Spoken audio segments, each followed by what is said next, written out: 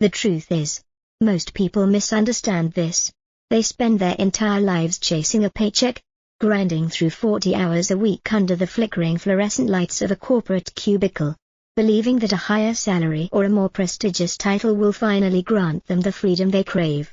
But the harrowing reality is that they are merely running faster and faster inside a gilded hamster wheel, fueled by a toxic cocktail of fear and greed. This is the central revelation of Robert Kiyosaki's Rich Dad Poor Dad, a narrative that begins in the sun-drenched suburbs of Hawaii in the late 1950s. Imagine a young boy standing at the crossroads of two diametrically opposed destinies, caught between the conflicting whispers of two fathers. One father, his biological parent, was a man of immense academic brilliance, a PhD holder who served as the state superintendent of education. He was Poor Dad, a man who believed that the path to security was paved with good grades and a stable government job. The other father, the dad of his best friend Mike, was Rich Dad, a man who never finished the 8th grade but possessed a visceral, predatory understanding of how money actually moves through the world. While Poor Dad viewed a home as a great achievement, Rich Dad viewed it as a liability. While Poor Dad cautioned against the risks of entrepreneurship, Rich Dad insisted that the greatest risk of all was relying on a single employer for survival. The story follows the young protagonist as he undergoes a series of trials designed to strip away the employee mindset and replace it with the cold, calculating vision of an investor. It begins with a seemingly simple job, dusting cans in a grocery store for 10 cents an hour. When the boy rebels against the low pay, Rich Dad delivers the first and the most painful lesson of the book: the poor and middle class work for money, but the rich have money work for them. The psychological weight of this opening parable exposes the rat race, a systemic trap where individuals are governed by their emotions rather than their intellect. Poor Dad represents the collective anxiety of a society that prioritizes security over growth, leading to a life of quiet desperation where bills are paid but dreams are deferred. Rich Dad, conversely, represents the entrepreneurial spirit that seeks to exploit the inefficiencies of the market. The analytical lesson here is that financial literacy is the only true escape from the gravitational pull of the middle class. Most people are never taught how to read a financial statement, they are taught to be obedient workers. Kiyosaki demonstrates that the school system is designed to produce high-level employees, not owners. By forcing the boys to work for free after the initial pay cut, Rich Dad was teaching them to see opportunities that others miss because they are too blinded by the need for a Friday paycheck. This segment of the narrative serves as a brutal meditation on the power of financial intelligence. It teaches that the primary barrier to wealth is not a lack of income, but a lack of control over one's emotional response to money. Fear of being without money drives people to work hard, and once they get their hands on a few dollars, greed or desire leads them to spend it on toys and comforts that offer only a fleeting sense of satisfaction.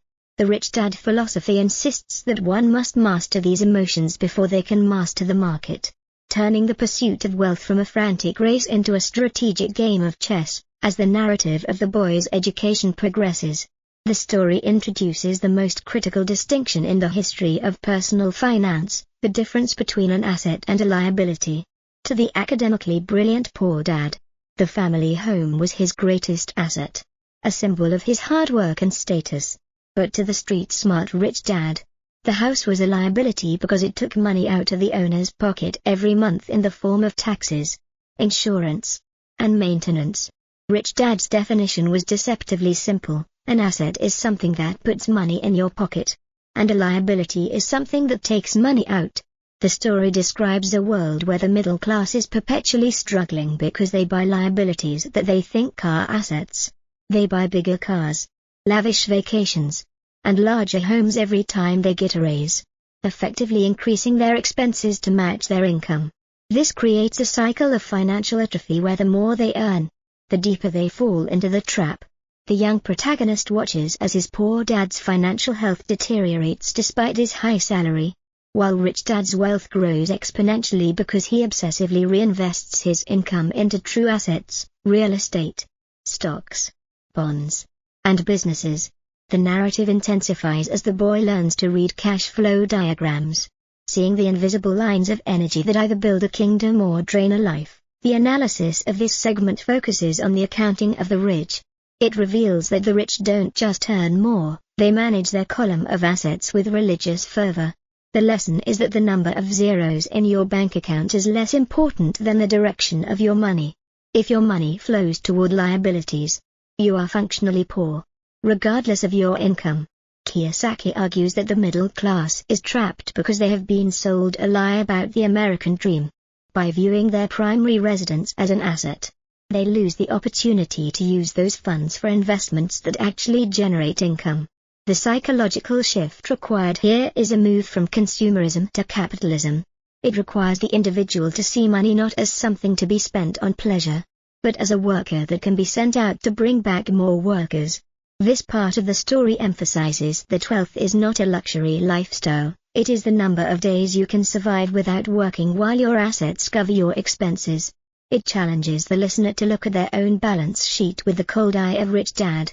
Identifying the leeches of debt and the seeds of potential fortune, the narrative then shifts to the history of taxes and the power of corporations. Rich Dad reveals a secret that Poor Dad, despite his education, never understood. The rich don't pay their fair share of taxes because they understand the law. The story traces the origin of taxes as a mechanism originally intended to take from the rich to give to the poor, but shows how it eventually became a burden on the middle class.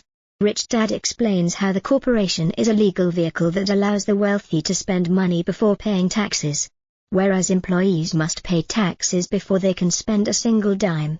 Poor Dad, as a high-income employee, was the most heavily taxed individual in society. Rich Dad, as a corporate owner, used the tax code as his personal playbook for wealth preservation. The young boy begins to see the world as a game of rules, where those who know the rules win, and those who don't are penalized. This realization marks the transition from the boy's childhood into his early career, where he purposefully chooses jobs not for the pay, but for the skills he can acquire. He joins the Marine Corps to learn leadership and Xerox to learn sales, following Rich Dad's advice to work to learn, don't work to earn. The analytical focus here is on the 4 pillars of financial IQ: accounting, investing, understanding markets, and the law. Most people possess only one or none of these, making them vulnerable to the shifting winds of the economy. The lesson of the corporation is a lesson in structural intelligence. It teaches that by legally organizing one's life around a business entity, an individual can protect their assets from lawsuits and minimize their tax liability. This isn't about greed, it's about financial defense. The story teaches that a high salary is a weak defense because it is easily taxed and easily lost if the employer fails. A portfolio of assets protected by a corporate shell is a fortress. This segment of the script serves as a call to mental entrepreneurship. It encourages the listener to stop being a soldier in someone else's army and to start being the general of their own financial empire. The narrative describes how the protagonist eventually leaves his corporate job at Xerox, not to find another job, but to dedicate himself fully to his growing real estate portfolio. He has mastered the art of making money out of nothing by using his mind to spot deals that others were too afraid or too uneducated to see. As the seeker moves toward the final stages of Kiyosaki's philosophy, they encounter the 5 obstacles that prevent even financially literate people from becoming wealthy: fear, cynicism, laziness, bad habits, and arrogance.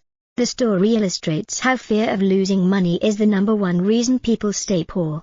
Rich Dad explains that the difference between a winner and a loser is how they handle failure. To a winner, failure is a lesson; to a loser, failure is a dead end. Poor Dad avoided failure at all costs and therefore avoided success. Rich Dad embraced failure, knowing that every loss was a step toward a larger gain. The narrative describes cynics as people who shout that the sky is falling while the winners are busy looking for the gold that fell from the clouds. Laziness is portrayed not as a lack of activity, but as being too busy to attend to your wealth. Poor Dad was too busy working to learn how to invest. Arrogance is defined as ego plus ignorance, a dangerous combination that leads to the loss of money in the marketplace. The analysis of these obstacles reveals the internal game of wealth. It suggests that the primary battle is not with the IRS or the stock market, but with the inner voice that demands safety. The lesson is that financial freedom requires a total psychological overhaul. You must learn to love risk, to ignore the Chicken Littles of the world, and to pay yourself first, even when the bills are piling up.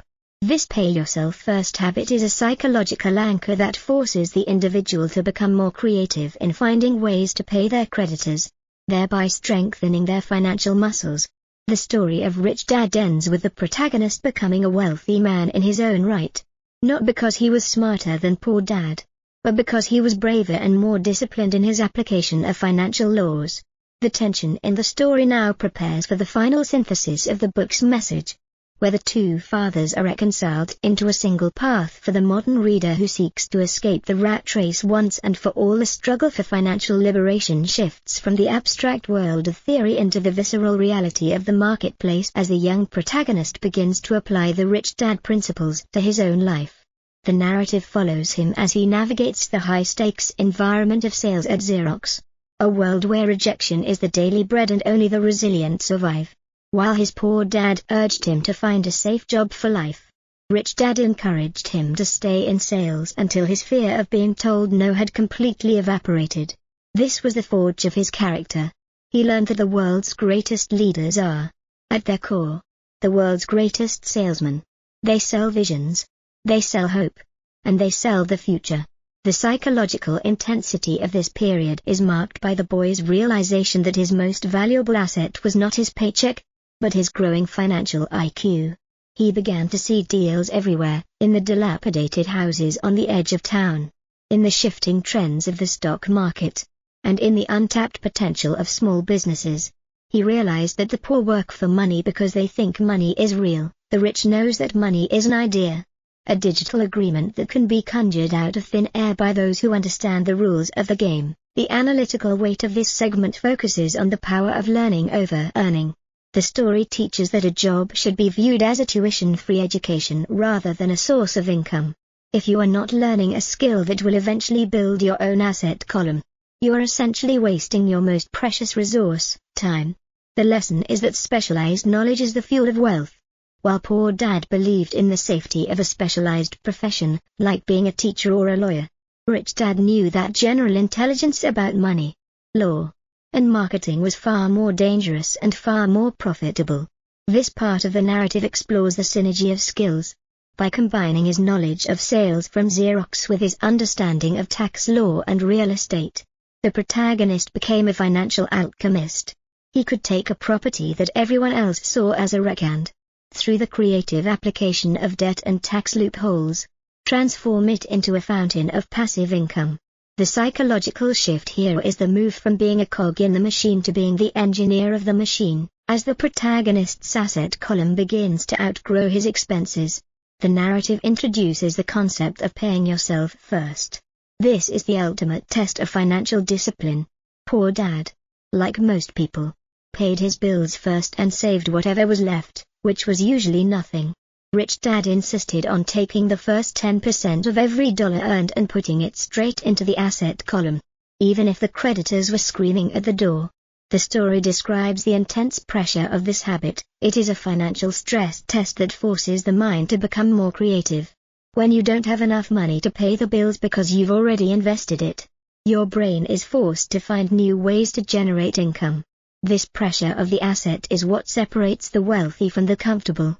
It is a psychological commitment to your future self over your current creditors. The narrative intensifies as the protagonist reaches the tipping point, the moment where the income from his assets exceeds his monthly expenses.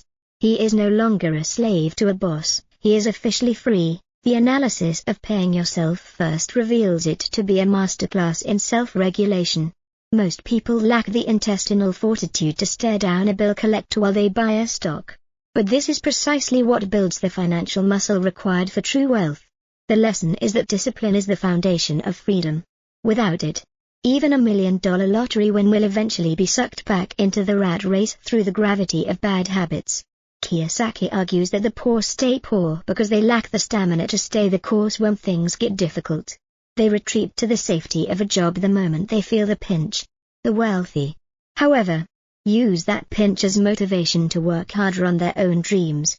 This segment of the story serves as a visceral reminder that the path to wealth is not a get-rich-quick scheme, but a long-distance race of psychological endurance. The narrative then moves toward the awakening of the financial genius.